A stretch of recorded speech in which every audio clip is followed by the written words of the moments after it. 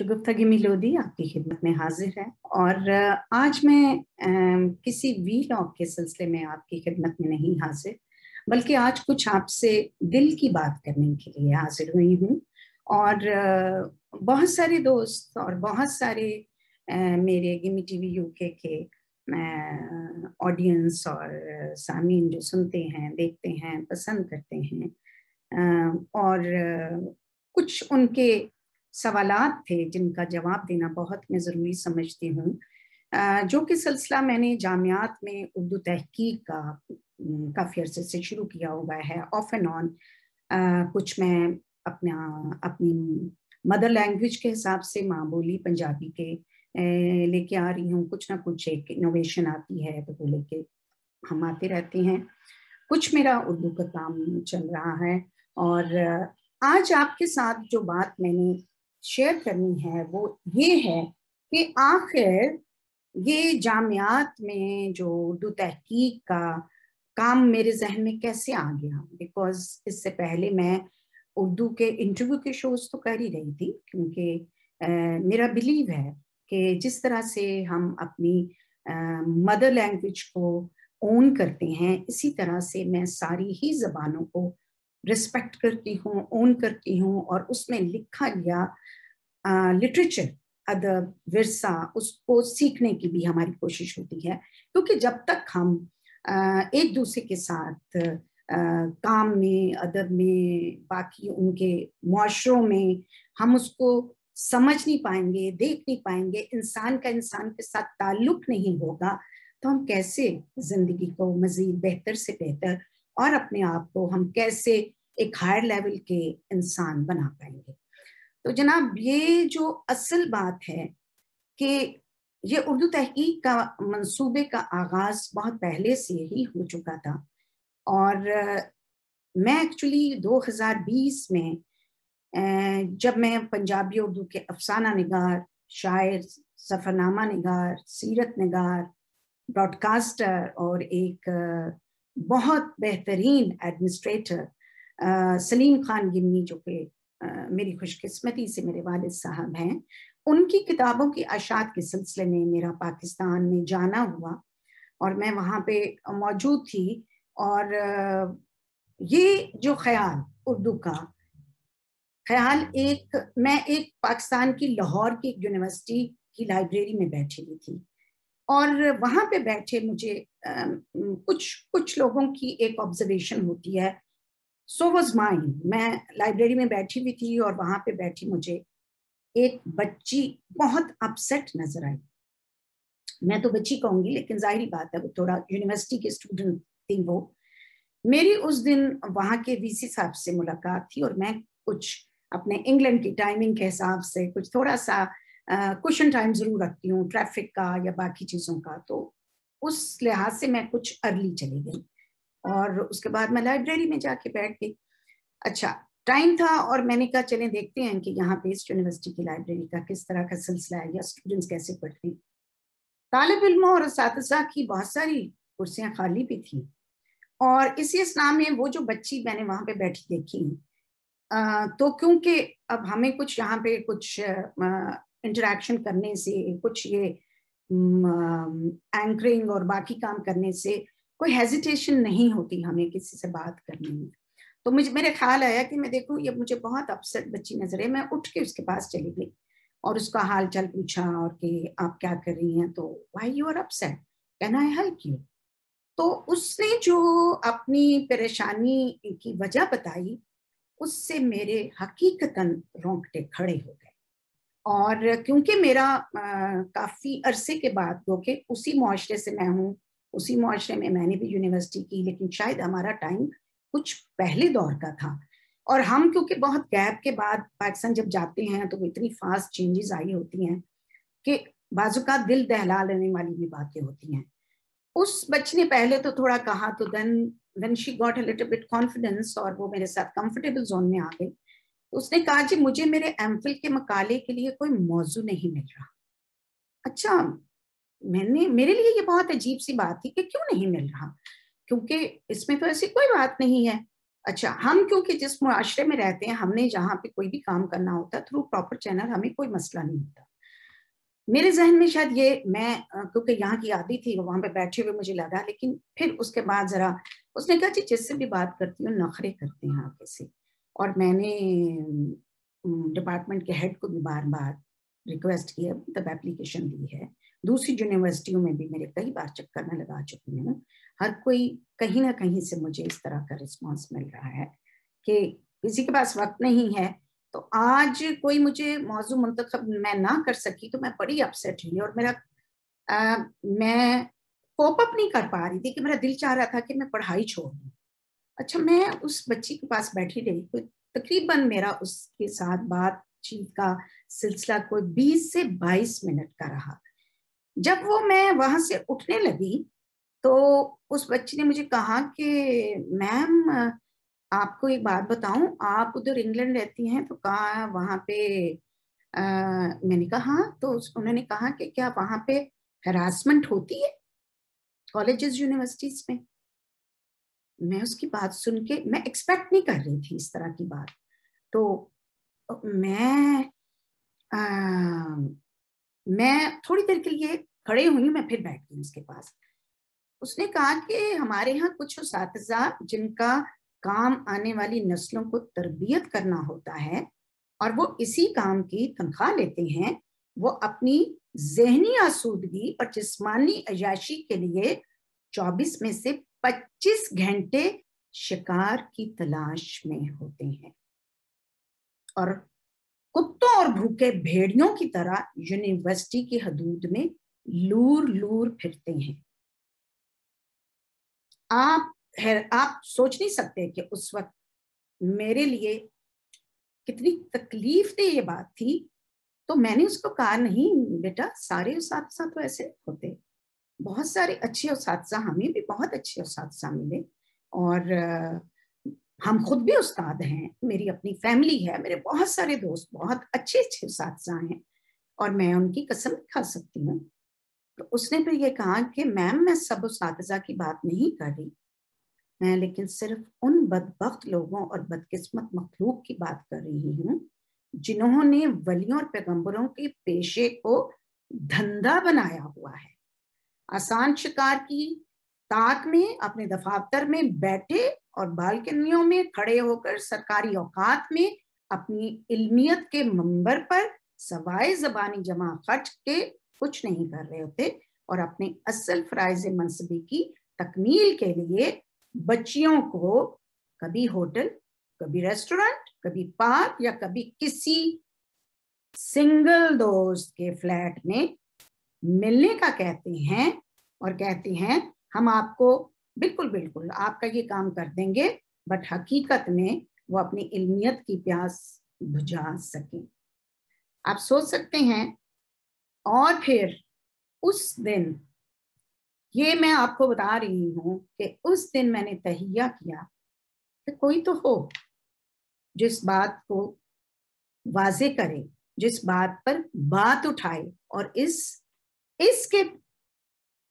ایسے بچیوں کی ہیلپ کے لیے کوئی کام کر سکے. بچی کی تو یہ باتیں سن کر میرے اوپر جو ایک طرح سے غشی کا عالم تھا, لیکن میں آج پھر یہ کہوں گی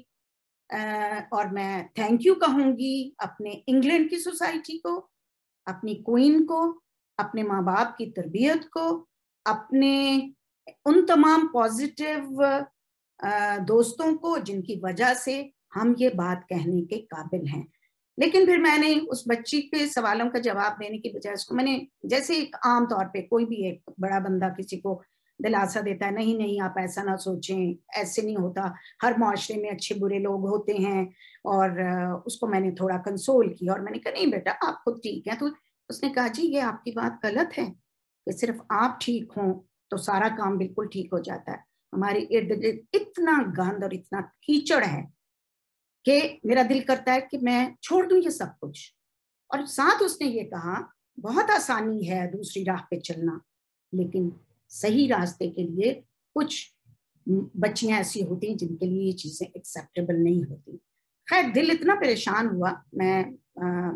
اپنا پھر آگے وی سی صاحب سے ملاقات تھی, لیکن ایک ذہنی طور پہ میں بہت اپسیٹ ہوئی، کیونکہ بہت ساری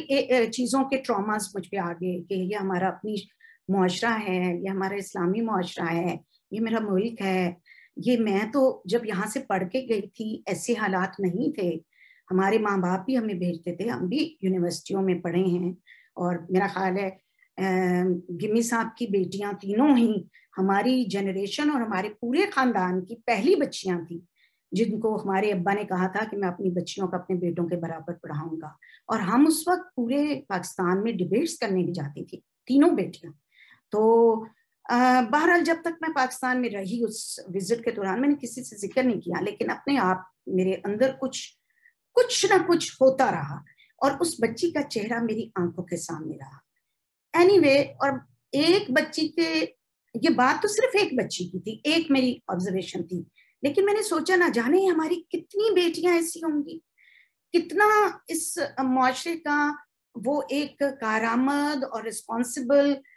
فرد بننے کی بجائے علم و ادب کے مہان جو 2 نمبر اساتذہ کی بھینٹ چڑھ رہی ہوں گی، اور وہ ایک اچھا شہری مطلب اور ایک اچھی بیوی کی طرح تمام عمر اس پچھتاوے میں رہیں گی کہ کاش ہم بھی وہ کام کر لیتے جو ہمارے ڈریم تھے تو کتنا اچھا ہوتا۔ خیر، جامعات میں اردو تحقیق میری اس بچی کے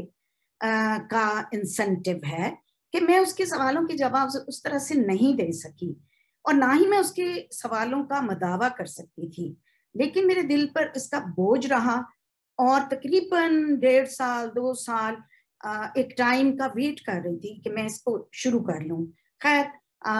ہندوستانی یونیورسٹیوں میں جو اردو ادب کا کام ہو رہا ہے، جو تحقیق ہو رہی تھی، وہ پاکستانی طالب علموں کی رسائی تک ممکن نہیں ہے، اور اس کی ریزنز آپ سب جانتے ہیں کہ ڈاک کا جانا آنا، باقی بہت سارے فیکٹرز ہیں۔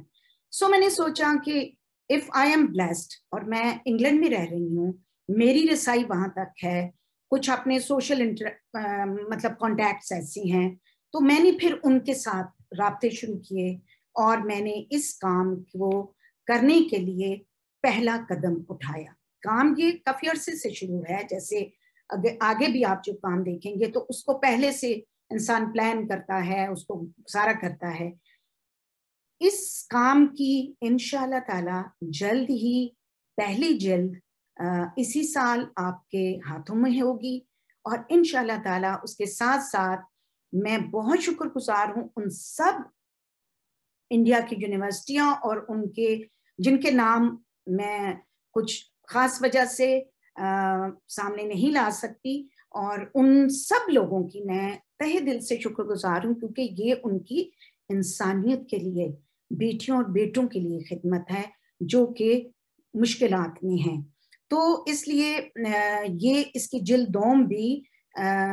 میں اس کو لے کے آ رہی ہوں، کیونکہ مجھے میری توقع سے کہیں زیادہ اچھا رسپانس ملا، یہ اردو کے جتنے بھی مجھے ملے، اور جتنے بھی اردو کی زبان و ادب میں دلچسپ رکھنے والے قارئین ہیں ان سب تک یہ کتاب اسی سال 2022 میں پہنچ جائے گی۔ یہاں اس ایک بات کا اور بھی میں ذکر کرتی جاؤں کہ جامعات میں اردو تحقیق کے سلسلے میں ہمارے بہت سینئر ڈاکٹر رفیع الدین ہاشمی صاحب کی ایک کتاب جو ہے وہ ہائر ایجوکیشن کمیشن اسلام آباد نے 2008 میں شائع کی ہوئی تھی۔ وہ یقیناً ایک بہت ہی اہم دستاویز ہے، اور جس سے ہمارے طالب علم استفادہ کر بھی رہے ہیں اور آگے بھی کریں گے۔ البتہ یہ جو میری کتاب ہے جس کو میں کمپائل کر رہی ہوں، اور اس کا کافی حد تک کام جو ہے وہ جلد پہلی جو جلد اول ہے اس کا تو ختم ہو گیا، جلد دوم کا کام ہو رہا ہے۔ اس میں مقالوں کا احوال موجود ہے۔ یوں آپ اس کتاب کو ڈاکٹر ہاشمی کی کتاب کی توسیع کہہ سکتے ہیں۔ فرق اتنا ہے کہ انہوں نے مقالے کا موضوع، یونیورسٹی، مقالہ نگار اور نگران کا ذکر کیا ہے، جبکہ جو میری یہ کتاب ہے اس میں مقالے میں موجود ابواب کی تفصیل ہے اور اس کا توضیحی جائزہ بھی پیش خدمت ہے۔ قارئین کی آسانی کے لیے میں نے یہ بھی کوشش کی ہے کہ جتنے بھی مقالے ہیں اس پہ ذرا ٹائم تو لگتا ہے زیادہ، لیکن مقالوں کو ہم نے موضوعات پیش کر دیا ہے. اور اس میں ایک الجھن یہ درپیش رہی ہمیں کہ بیشتر ادیبوں کا ایک سے زائد اصناف میں لکھنا ہے. میرے لیے ایسے بہت سارے ادیب جو ہیں گزرے ہیں جن کا شمار جو ہے وہ صرف ایک میں کرنا بہت مشکل تھا، کیونکہ انہوں نے مختلف اصناف میں کام کیا ہے. اس لیے قارئین سے میں درخواست ہے میری کہ اگر میری کہیں پہ کچھ کوتاہی ہو گئی ہو تو وہ میرے اس تحقیقی کام کو اردو ادب کے ایک معمولی طالب علم جو میں ہوں اس کی ناپختہ کوشش سمجھ کر معاف کر دیجیے گا. اور امید ہے اردو زبان و ادب سے دلچسپی رکھنے والے طالب علموں کو، خاص طور پر ایم فل کرنے والے اور پی ایچ ڈی کے طلباء و طالبات جو ہیں، ان کو اب موضوعات کے انتخاب کرنے میں سہولت ضرور میسر آئے گی، اور کسی حد تک مقالے کو لکھنے میں بھی آپ کو آسانی محسوس آپ کریں گے. اگر کسی طالب علم کو کتاب میں شامل مقالے کی سافٹ کاپی چاہیے، ہم یہ بات آپ کے لیے اوپن فیس بک پر، یمی ٹی وی چینل پہ آپ کو یہ کہہ رہے ہیں کہ آپ کو اس کتاب میں کسی بھی مقالے کی سافٹ کاپی چاہیے، آپ ہم سے رابطہ کر سکتے ہیں، اور ہم اس طالب علم کو وہ مقالہ مفت کسی پیسوں کے بغیر ان کو دینا وہ ہمارا کام ہوگا. میں نے آپ کو پہلے بھی یہ کہا ہے کہ یہ ہمارا ایک رفع عامہ کا کام ہے. اور آخر میں یہی کہوں گی کہ قارئین میری اس طالب علمانہ کوشش کو تحسین کی نگاہوں سے دیکھیے گا. اس میں کسی قسم کا کوئی کمرشل کام نہیں. آج کا زمانہ کچھ ایسا ہو گیا ہے کہ اگر ہم کوئی اچھا کام بھی کرنا چاہیں تو یہ فکر لگی رہتی ہے پتہ نہیں دوسرے لوگ کیا کہیں گے، کیا سوچیں گے. لیکن ویسے اینی وے میں تو اس لیول سے بھی اوپر ہوں، مجھے فرق نہیں پڑتا. لیکن میں یہ ضرور چاہتی ہوں کہ میرے جتنے بھی یوتھ، میری آنے والی نسل، یہ بچے جو اردو میں کام کر رہی ہیں، اور وہ بچی جس نے اپنا دکھ مجھے بتایا،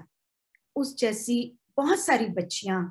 آگے پڑھ سکیں، ایم فل کر سکیں، پی ایچ ڈی کر سکیں. تو شاید میری یہ جو ایک کوشش ہے اس میں سے کچھ چھوٹا سا جس کے دل سے بھی دعا نکلے گی تو وہ یقیناً میرے لیے آسانیاں پیدا کریں گی. اور مجھے اپنے فیڈ بیک سے ضرور آگاہ کیجیے گا. تو یہ تھی جناب دل کی بات جو میں آپ کے ساتھ کرنا چاہتی تھی. اور